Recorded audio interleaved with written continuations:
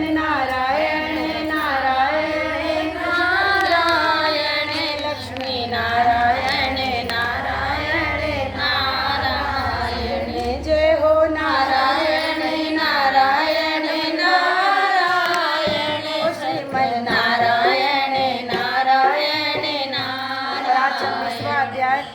देवगणों ने ऐसा, अरे कथा सुन के जा, कहाँ जा रहे हो?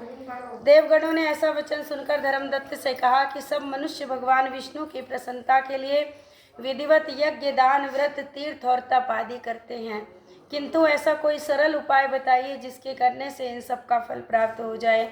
तब गणों ने कहा, द्विजश्रेष्ठ, आपका प्रश्न बड़ा श्रेष्ठ है। हम आपको भगवान विष्णु को शीघ्र प्रसन्न करने का उपाय बताते हैं और ये इतिहास तुम्हें सुनाते हैं। प्राचीन काल में कांचीपुरी में चोल नामक चक्रवर्ती राजा राज्य करता था। कांचीपुरी में चोल नाम का राजा राज्य करता था और कहते हैं उसी के नाम से चोल जो देश है वो उसके नाम से ही प्रसिद्ध हुआ। राजा चोल के राज्य में कोई भी प्राणी दरिद्र, दुखी, पापी और रोगी नहीं था और कहते हैं वो सब प्रकार का यज्ञ करने का प्रभाव था।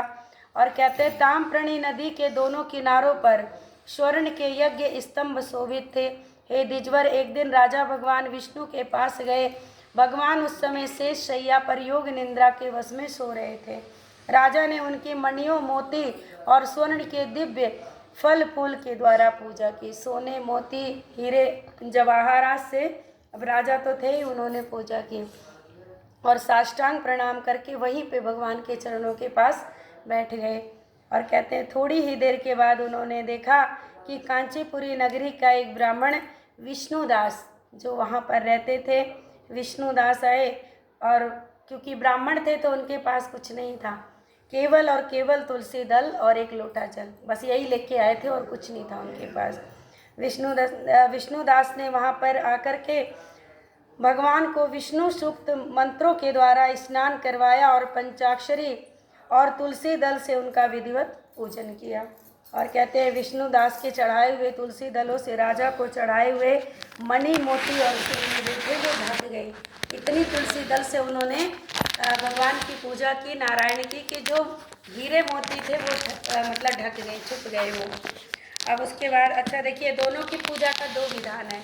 जब हम शिव जी की पूजा करते हैं तो शिव शिव ना कह के राम राम कहें तो शिव जी जल्दी प्रसन्न हो जाएंगे। यदि हम नारायण की पूजा करते हैं तो पंचाक्षरी नमः शिवाय तो नारायण जल्दी प्रसन्न हो जाएंगे। अपना नाम सुन के मन उतना खुश नहीं होता जितना अपने प्रिय का नाम सुन के खुश होता है।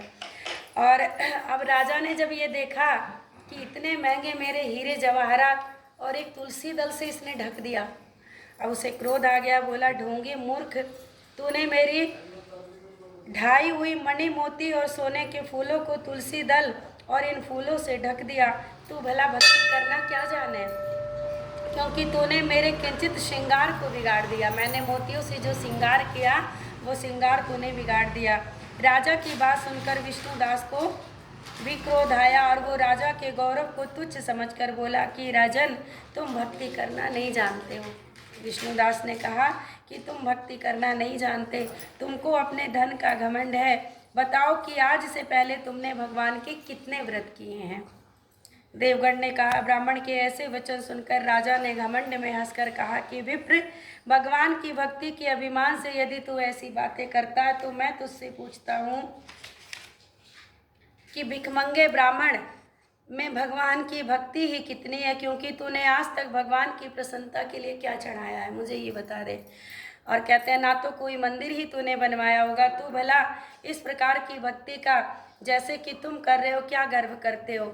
यहाँ जितने भी ब्राह्मण बैठे हैं मेरी बात को ध्यान से सुने और देखें कि भगवान विष्णु के दर्शन मुझे होते हैं या तुझे होते हैं।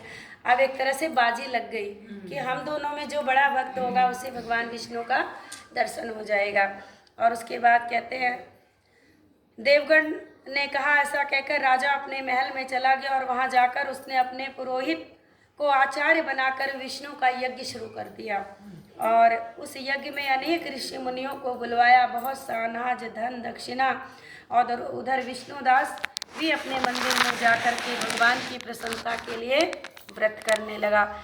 कहते हैं माघ और कार्तिक मास का व्रत किया विष्णुदास ने।